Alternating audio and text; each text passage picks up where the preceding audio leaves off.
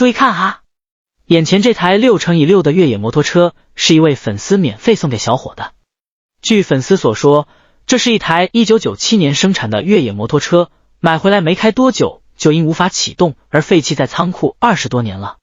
从轮胎上的胎纹可以看出，此车行驶里程确实较少，跟新的差不多。不过由于车龄较老，后面的车斗已大面积的锈迹斑斑，底盘上的减震器也被前车主用钢丝绳固定，离合器也裸露在外，用手轻轻一推还能正常旋转，皮带很松，也没什么弹性。小伙上下晃动离合器，发现离合器没有严重的晃动，这无疑给小伙增加了修复好的希望。接着小伙走到车头查看仪表盘，上面清楚地显示行驶了5630英里，要是在国内，这妥妥的就是一手精品车。而且下面的工作表也清楚地记录着此车工作了1384小时。后刹车坏了也没什么作用，右边启动手柄也丢失，只剩拉绳。小伙用力拉动拉绳，判断发动机没有卡死，用手推动旁边的换挡杆，虽然可以换挡，但不够顺畅，有卡顿迹象。坐垫、空气滤芯以及里面所有东西都不知被前车主丢到哪里了，排气管尾部也快被铁锈锈烂，整车车况其实非常糟糕，只有轮胎状况稍好一些。但小伙也没什么可抱怨的，毕竟是粉丝免费送的。小伙走到车头，扭开水箱盖子，发现里面还有充足的冷却液。检查完整车车况后，小伙把车从板车上推了下来，推到下面时，惊讶地发现过滤器里面有水。他担心水从过滤器流进化油器，再从化油器流进发动机，于是快速拔出机油尺检查，看到机油很黑但没有变质，这才放下心来。画面一转，小伙回到了维修车间。前面丢失的离合器盖在胶框里找到了，但小伙判断这不是原装的，因为上面清楚地写着是4×4。座椅、过滤器以及一些塑料面板都在里面。小伙猜测这应该是前车主拆下来维修，最后没修复好就没装回去。现在小伙要深入研究这台6×6越野摩托车为何不能正常启动。他先用备用电源连接电池线，连接好电源后扭转钥匙，仪表盘立即亮起黄色灯光，按下前照灯开关，前照灯也亮起，这说明全车电路没太大问题。小伙继续按下启动按键，离合器可以正常旋转，但从发动机里面发出的声音感觉似乎没有什么压缩。为了检查发动机气缸里的压缩是否正常，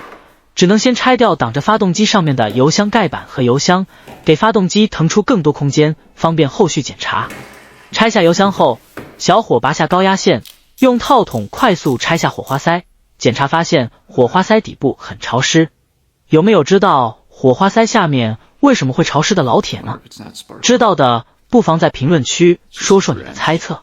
小伙把火花塞插入高压线上，按下启动按键，下面有火花闪烁，这证明6×6这台越野摩托车的点火系统没有问题。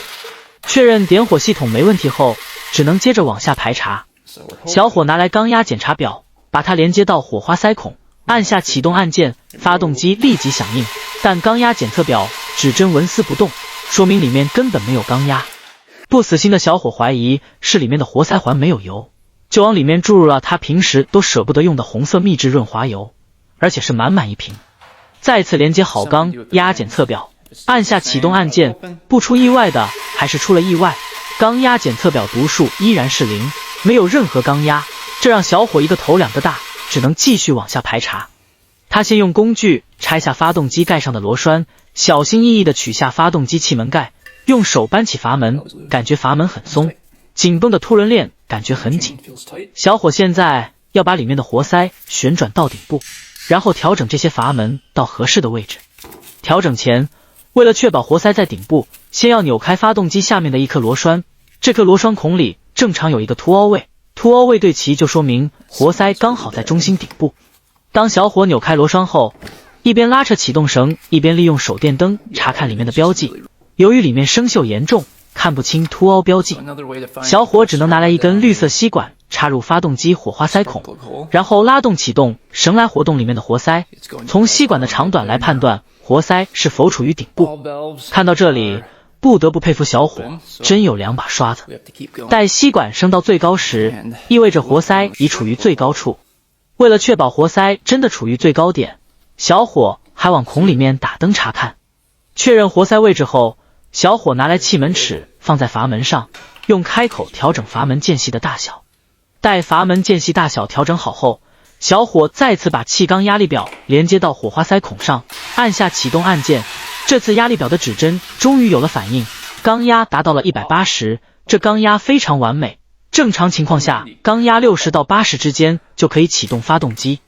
由于这台6×6越野摩托车停放时间久，加上空气过滤器长期裸露在外，小伙怀疑里面可能进入了灰尘或脏污，已经堵塞了。为了避免后续出现不必要的麻烦，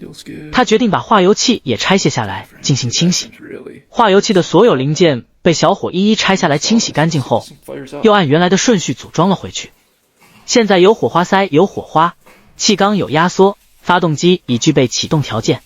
小伙满怀信心地往油箱里倒入燃油，燃油加好后，激动地按下启动按键，发动机立即发出旋转的响声，但持续1分钟后依然没有启动的迹象。